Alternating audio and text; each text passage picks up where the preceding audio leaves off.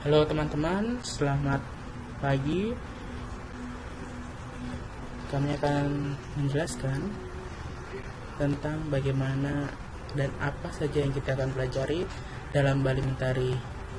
Mungkin teman-teman yang kemarin nggak sempat datang, ini kurang lebih penjelasan singkatnya tentang slide yang kemarin. Sebelum kita memulai, kita akan berkenalan terlebih dahulu. Apa sih itu Bali Mentari?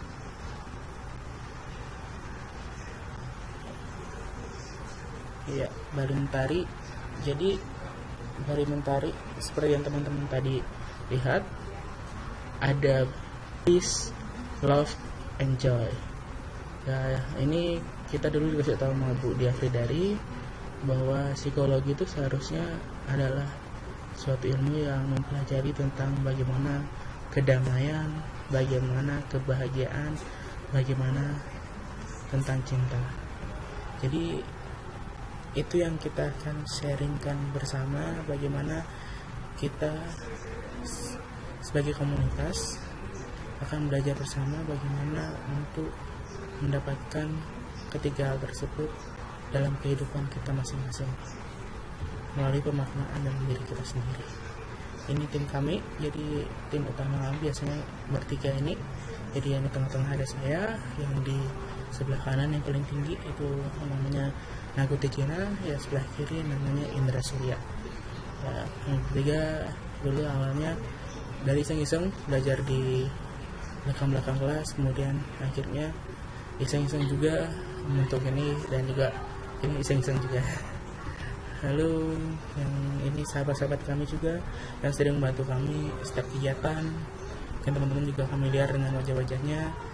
Jadi kita juga pernah bisa membantu kegiatan lain seperti ini, kita membantu di Bali Usada, terus sebelah kiri kita membantu di Bali Main Technology Center.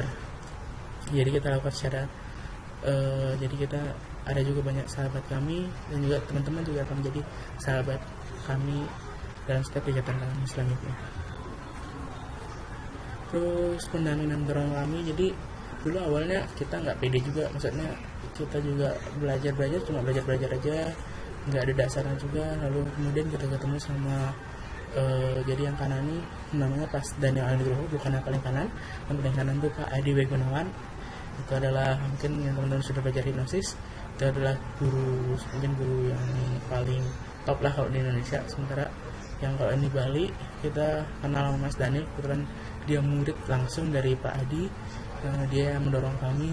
Awalnya kami cuma belajar di belakang kelas, kemudian kita dapat juga belajar sama beliau, jadi kita juga dapat sharing-sharing sama dia, jadi luar biasa sekali, ilmunya luar biasa. Jadi terus yang di kiri mungkin teman juga pernah diajarkan, ini dosen di psikologi UNUD namanya Bu Dia Fridari. Jadi beliau juga yang mendorong kami, ya udah ini kita membuat suatu komunitas ini dengan ikhtiar bahwa kita akan belajar bareng-bareng, dan juga akan menggunakan ilmu yang kita pelajari ini untuk kebermanfaatan untuk orang-orang banyak. Jadi seperti itu. Lalu cerita berdirinya seperti yang saya bilang di awal tadi, jadi pertama itu cuma gara-gara di belakang kelas, lalu kita coba bermain-main hipnosis, ternyata bisa. Terus kita belajar lagi dari buku, terus belajar gitu aja sepulang kuliah dulu. Terus akhirnya terbentuklah Bali Mentari ini. Jadi awalnya cuma dari kesamaan minat, sama mungkin juga kalau di sini nggak tahu juga teman-teman, mungkin nggak ada kesamaan minat juga. Kenapa memilih Bali Mentari?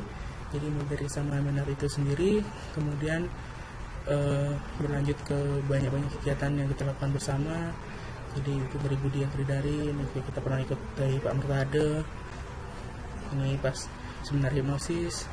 Jadi banyak kegiatan yang kita lakukan bareng-bareng. Akhirnya pada tanggal 14 Desember 2013 ketika kegiatan Bali Usada Festival, akhirnya kita meresmikan komunitas yang tidak jelas ini. Jadi kita terbentuk di 14 Desember 2013. Dari setelah itu baru kemudian kita lebih sering lagi, dan kita sudah mulai ikut pelatihan, quantum exploration. Jadi kita juga pernah belajar tentang quantum healing. Jadi ada mungkin kalau teman-teman familiar di tiga di sebelah kiri, familiar sekali ya. Terus itu yang gurunya di tengah, itu Nanti mungkin kalau teman-teman mau belajar juga quantum healing, nanti bisa kontak-kontak saya, nanti kita berikan informasi. Kalau misalnya kebetulan kalau nggak salah di bulan Agustus Pak Ivan buka kelas lagi di Bali, atau teman-teman ada yang berminat. Lalu ada juga ini kita belajar di belakang kelas, kita lebih rajin lagi ya, jadinya seperti ini. Ini yang jadi korban Kak Dika, mungkin teman-teman yang pernah ikut di Abad Outbound mungkin tahu ya, inilah dia terkapar. Jadi kita coba belajar di belakang kelas aja, cuma gini aja sih awalnya. Lalu akhirnya terbentuklah Bali Mentari. Terus filosofi namanya, sebenarnya namanya ini lucu sebenarnya teman-teman. Jadi nama Bali Mentari ini muncul sebenarnya adalah dari nama Kak Indra Surya. Jadi kan Surya itu artinya bahasa gininya kan mentari ya, benar dari situ aja. Terus nggak tahu kenapa nambah Bali tambah Mentari. Terus akhirnya setelah kita selami dan maknai filosofinya, jadi kita tahu akhirnya kayak Pak Gede Prama pernah bilang, jadi dia kan kalau nggak salah mungkin pernah ikut Pak Gede Prama, jadi ada dia Bali itu artinya pulang ke dalam, sementara mentari itu adalah cahaya. Jadi kita ibaratkan bahwa setiap orang adalah seperti lilin, memiliki cahaya di dalamnya. Jadi mungkin pada suatu ketika, saya rasa mungkin teman-teman juga pernah lilinnya redup, pernah juga lilinnya terlalu membakar sehingga melukai orang-orang sekitarnya.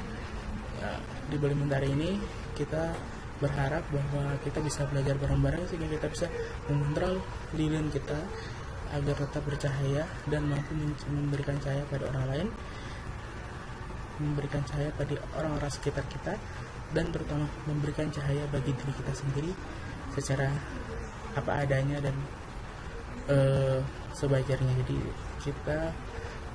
ketika kita redup, kita bisa saling memberikan semangat seperti itu. Ketika kita terlalu berlebihan, kita bisa saling mengingatkan. Jadi Bali Mentari ini adalah suatu komunitas di mana kita belajar tentang diri kita sendiri, bagaimana kita mengoptimalkan diri kita sendiri, bagaimana kita berdamai dengan diri kita sendiri, dan kemudian bagaimana inti dari semuanya, seperti Pak Aji Selarus minggu lalu berkata bahwa tingkat tertinggi dari suatu dharma adalah ketika kita bisa berbagi dan kita bisa belajar dari kedarmaan kita pada orang lain. Jadi ketika kita bisa memberi, itu adalah tingkat tertinggi dari suatu kebaikan, kurang lebih seperti itu. Terus kegiatan-kegiatan kami yang pernah kita lakukan, jadi kita pernah ada pelatihan, mungkin teman-teman pernah ikut, fotonya kita ambil pelatihan kami ketika dengan teman-teman psikologi yang di UNUT, dan juga ada teman psikologi yang di Undira juga, yang jadi kita sharing tentang bagaimana quantum healing itu sendiri. Terus yang kedua, ini kita sharing di SMK Santo Yosep. Jadi kita sharing bulan pas saat itu menggantikan guru BK-nya, kita sharing tentang karir, tentang direction, jadi tentang pemilihan karir ke depannya, bagaimana kuliah dan sebagainya. Itu Kak Nago yang menceritakan ketika itu. Terus kita juga ada kelas belajar bersama. Jadi seperti yang kita lakukan saat ini, kita akan melakukan belajar bersama. Jadi bukan pelatihan, bukan magang, bukan apa istilahnya lagi. Jadi kita ini belajar bareng-bareng gitulah. Jadi saya juga baru belajar, teman-teman juga belajar, dan juga nanti mungkin ada beberapa expert yang kalau misalnya bersedia kita akan undang untuk sharing-sharing juga. Jadi yang saya juga bisa belajar. Jadi tim Bali Mentari juga belajar dari intinya. Jadi sebenarnya ini adalah proses kita belajar bareng-bareng. Jadi ketika mungkin nanti saya akan sharing atau siapa akan sharing, itu sebenarnya juga salah satu proses belajar kami. Jadi bukan berarti itu ilmunya benar atau apa, enggak juga, tapi itu kami tahu lebih dahulu, dari buku, dari pelatihan, dan itu kita sharingkan pada teman-teman. Terus juga kami pernah jadi fasilitator kebutuhan psikologi ya. Dan ini juga kedepannya akan kami kembangkan lebih lanjut. Di belakang kami sudah ada webnya, Jadi kita ada foto aura. Foto aura itu jadi kita ada penelitian di Amerika sana tentang ternyata dalam setiap tubuh seseorang itu memiliki warna-warna aura yang berbeda-beda dan memiliki karakteristik yang kurang lebih mirip antar auranya. Jadi misalnya aura yang teman-teman yang auranya ungu, aura ungu tuh ngapa gimana, terus potensinya seperti apa, terus bagaimana kalau misalnya dia menjalin hubungan seperti apa tipenya, dan juga aura-aura yang lain. Sementara yang di kiri ini salah satu testimoni, mungkin saya bilang gitu. Jadi ada bagaimana ketika kita sharing tentang healing ya, tentang ya kita berbagi, kita terapi. Jadi kalau nggak salah awalnya dia sesak nafas, terus kemudian lebih enakan dan sebagainya. Oke, seperti itu.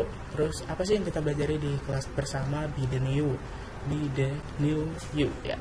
Jadi sebenarnya intinya bukan menjadi diri kita yang baru, tapi menjadi diri kita apa adanya. Mungkin teman-teman lihat ketika posternya bahwa We dan You-nya lebih tekankan. Jadi sebenarnya pelatihan ini adalah sharing ini adalah bagaimana ketika kita bisa mengenal diri kita sendiri, mengenal trauma-trauma kita, mengenal hal-hal yang mungkin menjadi beban kita baik saat ini ataupun ke depannya, bagaimana kita bisa berdamai dengan hal tersebut, terus bagaimana kita bisa mengoptimalkan diri kita sendiri, bagaimana terus kemudian kita bisa berbagi kepada orang-orang sekitar kita. Itulah yang kita pelajari bareng-bareng di kelas bersama, menjadi diri kita yang baru. Seperti itu, karena menjadi diri kita yang baru yang apa adanya, seperti itu kan ya. Jadi sebenarnya ini filosofinya dapatnya dari mana? Dapatnya dari film Kung Fu Panda. Jadi film Kung Fu Panda teman-teman mungkin pernah nonton. Jadi di film Kung Fu Panda yang paling penting tuh sebenarnya pertama itu inner peace. Jadi ketika kita sudah damai, maka segala sesuatunya adalah mungkin. Jadi yang diucapkan oleh gurunya si panda ini. Jadi anything is possible when you have inner peace. Mungkin pernah teman-teman nonton di Kung Fu Panda 1. Terus yang kedua, bagaimana kita bisa pada saat ini di sini, itulah kita akan belajar bareng-bareng bagaimana kita akan melepas yang sudah berlalu kemarin. Yang kemarin adalah sejarah, yang ke depan juga kita lepas takutannya, karena yang di depan adalah misteri. Yang kita pelajari adalah yang saat ini, bagaimana kita bisa fokus saat ini di sini. Lalu ketiga itu ada dari Kung Fu Panda juga. Jadi there is no secret ingredient, it's just you. Jadi tidak ada bumbu rahasia dalam suatu perubahan, yang ada cuma diri kita sendiri aja. Bagaimana kita bisa membuat to make yourself, you just have to believe it you're special. Jadi kita bagaimana kita bisa believe bahwa kita ini spesial, dan kita bisa menggunakan spesialan kita tersebut untuk suatu perubahan. Dan di Kung Fu Panda 3 mungkin teman-teman yang belum pernah nonton, jadi kunci perubahan yang paling terakhir di Kung Fu Panda 3 ini diceritakan, mungkin teman-teman maaf ya kalau spoiler. Jadi kita nggak perlu jadi siapa-siapa, kita hanya perlu jadi diri kita, untuk karena kita sudah memiliki potensi dalam diri kita yang kita harus kembangkan, seperti itu. Jadi nggak perlu misalnya si panda harus menjadi seperti singa, ya tidak perlu jadi gitu, seperti itu belum. Jadi ketika itu si panda ini sampai masuk ke dunia akhirat, lalu akhirnya seperti dapat insight semua. Jadi kita nggak perlu jadi siapa-siapa untuk membantu si panda. Jadi kita menjadi diri kita sendiri, terus kita memberikan penerimaan tersebut. Ya akhirnya pandanya selamat gitu lah ya. Jadi teman nonton sendiri aja. Jadi inti utamanya ya seperti saya bilang tadi, pertama mengenal diri sendiri, terus mengoptimalkan potensi di dalam diri, baru bagaimana kita membantu orang lain untuk mengenal diri sendiri dan mengembangkan potensi dalam dirinya. Itu kurang lebih yang akan pelajari. Mungkin belajarnya kurang lebih seperti ini. Jadi teman-teman ya seperti yang tak bilang tadi, jadi ini adalah belajar tentang diri kita sendiri. Jadi lebih banyak ke introspeksi, lebih banyak bagaimana kita niat kita, bagaimana tentang perubahan diri kita sendiri. Saya nggak tahu kalau teman-teman juga memiliki permasalahan yang sama, tapi saya rasa mungkin setiap orang memiliki masalah Jadi bagaimana mengoptimalkan diri itu adalah satu hal yang penting. Lalu kenapa latihannya atau mungkin belajarnya mungkin kok nggak seperti yang kemarin-kemarin, jadi ada healingnya banyak, ada ininya banyak, tetap ada, tapi kita masukkan sedikit. Jadi karena kita tidak ingin untuk melanggar kode etik dan sebagainya, jadi kita masukkan lebih ke pembelajaran yang memiliki bukti misalnya secara empiris dan seperti itu. Jadi sehingga pembelajarannya lebih ke suatu hal yang ilmiah saja. Jadi walaupun ada juga misalnya kita masukkan hipnosis, tapi bukan tentang terapinya, tapi lebih ke self hipnosis. Terus misalnya non-verbal healing itu kita masukkan juga, walaupun bukan secara sepenuhnya. Nanti kalau teman-teman ingin belajar yang kayak gitu, nanti bisa hubungin kami aja. Jadi kita belajar bareng di tempat dan waktu yang berbeda, tapi kurang lebih ini yang kita pelajari ini mungkin bisa lebih, mungkin bisa kurang, tergantung nanti. Jadi ini bukan saya aja yang sharing, nanti ada misalnya tentang kita meneruskan pikiran dengan meditasi, nanti mungkin bulan Mei nanti Kak Nagus sendiri yang akan sharing tentang meditasi. Terus ada Kak Indra Surya mungkin akan sharing tentang bagaimana konseling itu, bagaimana sih teknik wawancara itu, bagaimana sih observasi itu. Terus mungkin saya nanti cerita tentang self hipnosis, bagaimana dalam hipnosis non-verbal, dan juga mungkin nanti akan ada beberapa orang lagi yang akan saya ajak untuk sharing-sharing di sini juga, seperti mungkin ada Mas Daniel, ada Bu Jafrinari mungkin, atau siapa, nanti tunggu aja. Jadi ini kurang lebihnya, waktunya bisa 10 kali pertemuan, bisa kurang gitu. Jadi intinya yang paling penting adalah yang kita pelajari adalah bagaimana kita mengenal diri kita, bagaimana mengoptimalkan potensi dalam diri kita, bagaimana kita mengenal diri, bagaimana kita membantu orang untuk mengenal diri sendiri, dan bagaimana kita membantu orang untuk mengoptimalkan potensi dalam dirinya itu. Jadi kurang lebih sebenarnya kita langsung taruh habis ini video selanjutnya kita akan belajar tentang saswa balik tarik. Semoga teman-teman bisa mengerti dan bisa bermanfaat dari video ini. Terima kasih.